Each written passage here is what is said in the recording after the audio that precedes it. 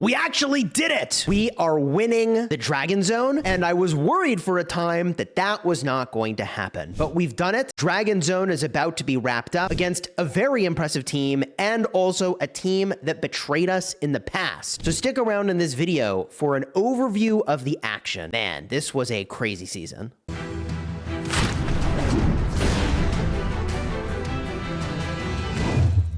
Hello, my friends, and welcome back. I'm Chisgule Gaming, and today's video is sponsored by the makers of Call of Dragons. And look, these city building war games have no shortage of drama, and if you've been following our story, this group over here betrayed us in the past, and it was pretty gross because they betrayed us right when we were battling against a team that had also betrayed us in the past.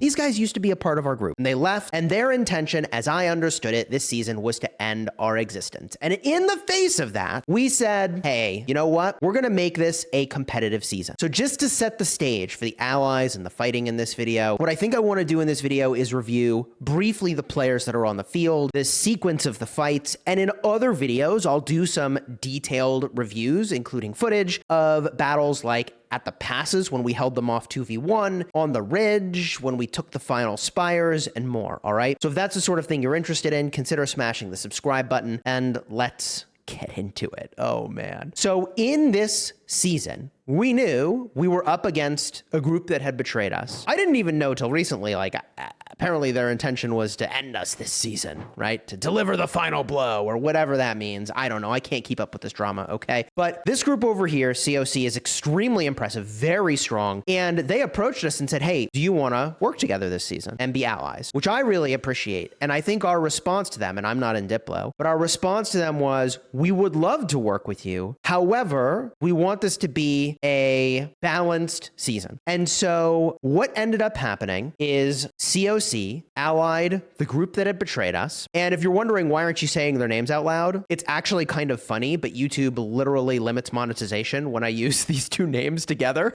You know why. You know why. So anyways, they grouped up. Their power combined is about 20 billion. And we allied with RK, who's over here. Their power currently is about 8.3, but our power combined, I want to say they were like 8.5 before fighting, and we were like 13.5, right? So the power of the two groups was comparable, like 22-ish billion to 20 billion. And there were also 5 billion power alliances in the mix. So we are allied with this group over here. It's another RK Fam alliance, 5 billion. There's another 5 billion alliance, POTC. They're our allies. And on the opposing side, DK and Inwa were allies. So it's pretty even, all in all. There is also, I think, smaller groups on perhaps both sides. Like I know on our side, LOCY was an ally. They are 2.4 billion power, but you get the idea. Like it's pretty remarkably even as far as matchmaking goes. But there's an important lesson right at the start of this. And if you take nothing else away from this, I think it's insanely valuable, which is that power is a data point, but another data point you don't get to see that is immensely valuable is the actual punching power. And the punching power you can see after the fighting happens in terms of merits, and maybe see before the fighting happens in terms of the number of T5 players that are in each group. Because I would say that our allies have been great this season and they punch as hard as they possibly can, but their ability to punch is very different than a group that has more T5 players. And that just, it is what it is. So here are the final merits at the conclusion of the season, and I'll share snapshots of how we got to this point and the evolution of that journey, all right? So we're at 1.5 billion merits. The group that betrayed us is at 1 billion. COC is at 731 million. And our allies, RK, are at 483. All right. And as we cruise down the list, right, these two groups are enemy groups, 279 and 276. Our allies are at 216 and 195. All right. So when you just look at the merits at the end of all of this, you can see what our role was in shaping the victory here based on the merits. And I'll show pictures as we go through each stage. But each alliance and player played a critical role in getting to here. So how did we get here? What was the first fight? The first fight that people were like, oh, Chisgule, make a video, show the stats, was at these 2 passes. And man, we lived at these passes for a long time. I will have a dedicated video talking through this, but we had to fight against both COC and the group that betrayed us at these passes. We took a 2v1.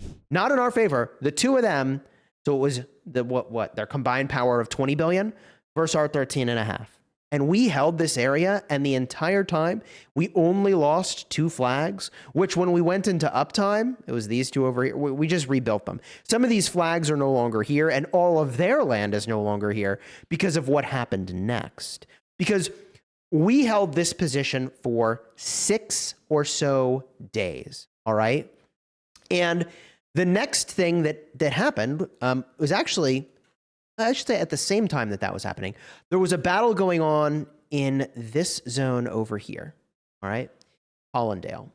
Now, the battle that took place in Hollandale is that our allies were at these passes, and they were battling against DK and POTC, not POTC, INWA, right? These 2 alliances that are now over here, all right? And our allies pushed in pretty good, but they couldn't get much further. And they had pushed in to about here, for LOCY and POTC. And a part of the reason they couldn't get any further is because COC had land all the way down through here to protect. So it was an interesting dynamic where COC had choices. Do they push us at these passes, or do they use their power to help their allies? And for the most part, they helped their allies and stalled our allies from getting access to this pass into the final zone. This could have been a much bigger deal than it ended up being, because the main fight ended up resolving before this fight down here ended up resolving and major territory changed hands.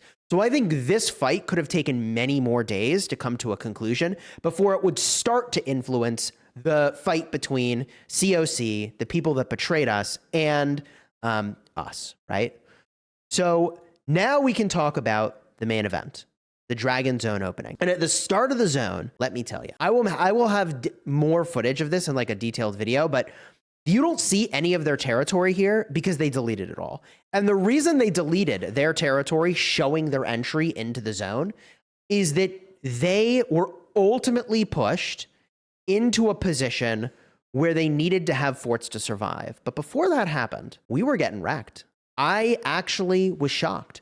I thought that if we could hold them off 2v1, that we were going to be in great shape when we had an ally come with us. And that was not the case. And I think the terrain advantage of being on defense is way bigger than people give credit to, because we were able to maneuver to some really powerful situations on defense. But when we got onto this plateau, okay, the folks that betrayed us and COC, they built around the top, came through here. We built around the bottom. Our land is obviously still here. And we were about here on the plateau, and we were in trouble.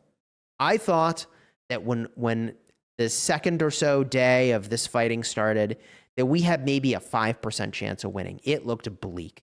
They had the land here. We tried to cut them off from building south, but they built south with both of their shells, okay? The Betrayer shell and the COC shell, and they set up forts down over here surrounding this spire, making it impossible to hit the spire without defeating a fort while eating spire fire the entire time, okay? And they had keeps around it, and.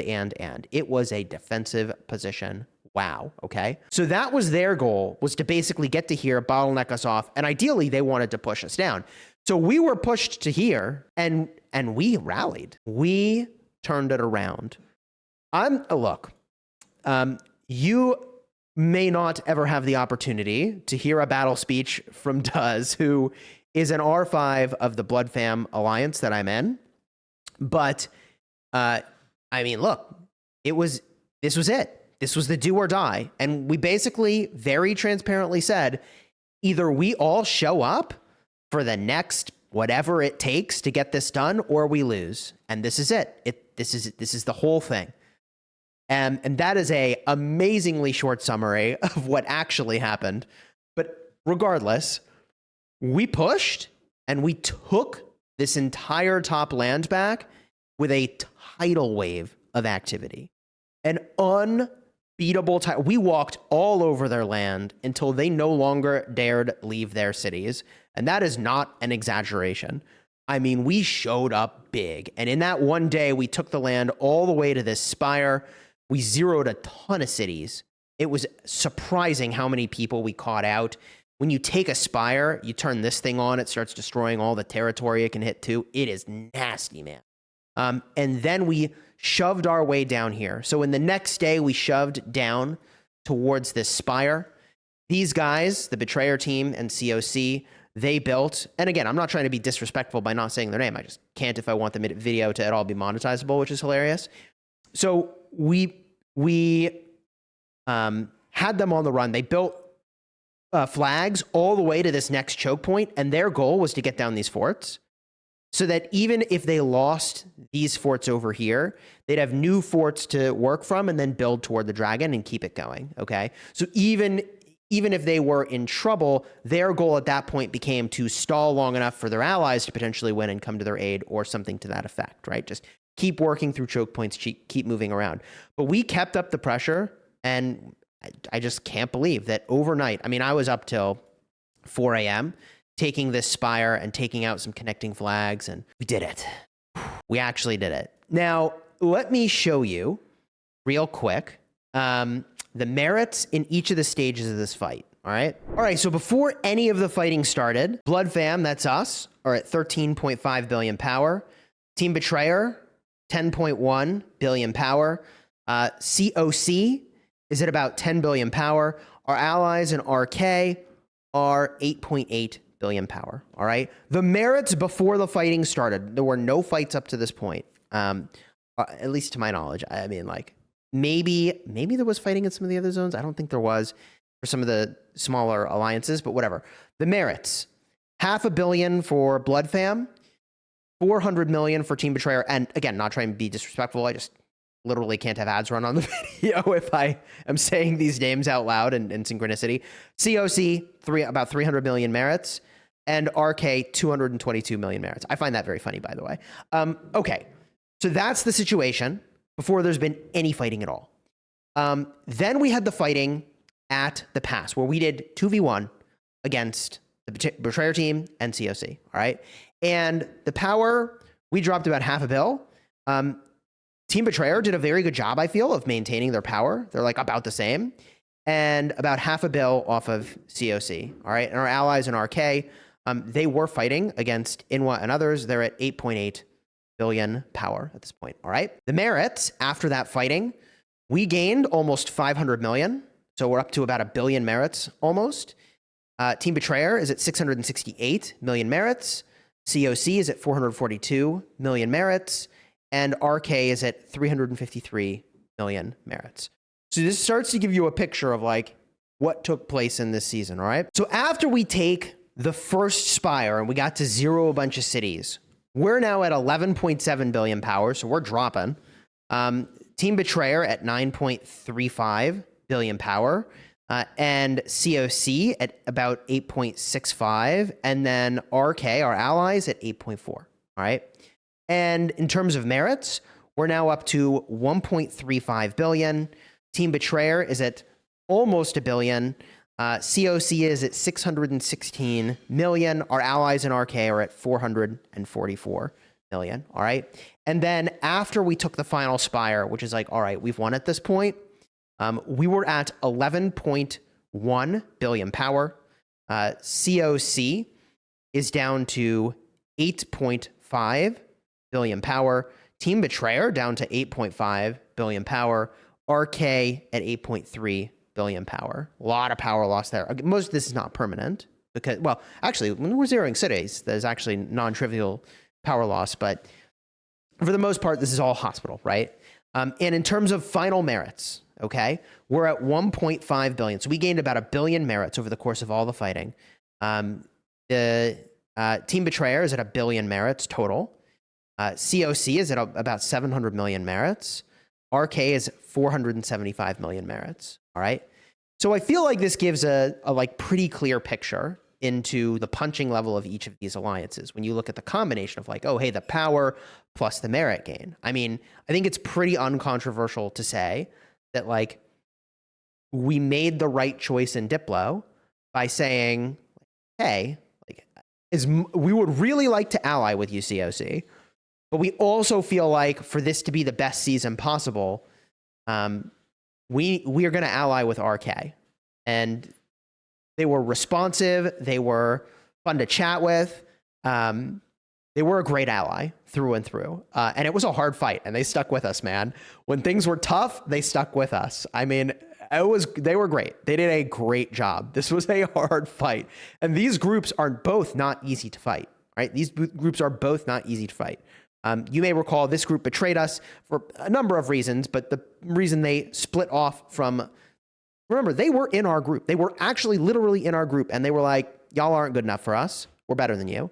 And you'll never be what we want the group to be like, which is fine. Like they want something different. They want to create something different. That's fine, right? So they went off and they did that. The betrayal part is not fine. That piece of the puzzle was not okay. I covered that in the past. I don't need to go over that again. I'll have the card in the end screen for that video if you just want to relive that. I don't. And then COC, dude, they're freaking awesome, man. Dude, those guys were freaking awesome. Both of these groups, really, really strong fighter cores, truly. So hell of a season. And I know you really want the footage and you're like, Chisgule, why weren't you streaming? Again, I mentioned that I literally can't monetize videos if these two alliance names are side by side, apparently. Hopefully this one can be, but I guess we'll see. And also, you combine with the fact that I feel like it's very revealing of like strategy to be showing like, here's, what we're doing and all our markers. And like, it's fun to stream, but the cool thing about playing this game is I get to just enjoy it. And I do really enjoy the game and play with the team. So big shout out to our allies. Big shout out to Blood Fam, who put in the work. We had a shocking number of people online for a shocking number of hours at a shocking time of night. I mean, people put in the work, and that's what got us there. Absolutely insane. If you want to see more things related to this fight, subscribe, because I'm going to break down several different stages of the fight. I'll probably do the Zone 4 opening, right? The Kingsland opening. I'll probably do the final capture of the final Spire, which was major. And I'll probably also do a separate video where I have literally dozens of rally reports when we were fighting at those passes. And like, yeah, if you want to know how different rallies and garrisons do, like that video is going to be a banger. You're going to be very interested in that. And we actually had what is, in my opinion, possibly the longest rally in Call of Dragons history. And it was for so many hours that the game did not send us a report. And we reached out to support and we were like, what happened? Like actually, we need to know what happened in that fight. And they were like, we're so sorry. The report size is just actually larger than what the game was. I don't know. I don't want to paraphrase their words, but they basically said report is way too large, cannot send. and we'll never get it. We will never get the report from the biggest fight that ever happened at a pass, possibly. I don't know. Maybe it isn't in Call of Dragons history. I'm sure other people will come out of the woodwork, and I hope that you do, to share your insanely long pass rallies, especially if you didn't get the report. Like, I would kind of like to know. But anyways, quick couple summaries. Let me jump back in game real quick. In terms of the marches that I liked the most, my most influential marches this season were Lily with Belen, and also, of course, Gorash and Skogul. I would say that Madeline and Garwood really underperformed for me and were a very, very, very, very backup option for me for the most part, for the overwhelming majority of the fighting. And I was actually pretty bummed that Madeline and Garwood mostly just were used to burn buildings, quite frankly. I would say that as far as marksman went, Hosk with Kanara was actually way more legit than I'd ever expected. The reality is that because archers attack at a different range than your mages, depending on what seasonal talents you've chosen, these guys just get beat up a lot. And so the counterattack on Hosk worked brilliantly, did the thing. I came back with a lot of reports that were between 40 and 60,000 merits with this combo. But weirdly enough, for the Kingsland fight, I actually didn't use them much compared to other parts of the season. So I will probably do a separate video to break down, like, hey, what are the things you actually need to know about these seasoned talents? Here's what I went with, by the way, because I think it was kind of surprising how valuable certain things were, and other things were not.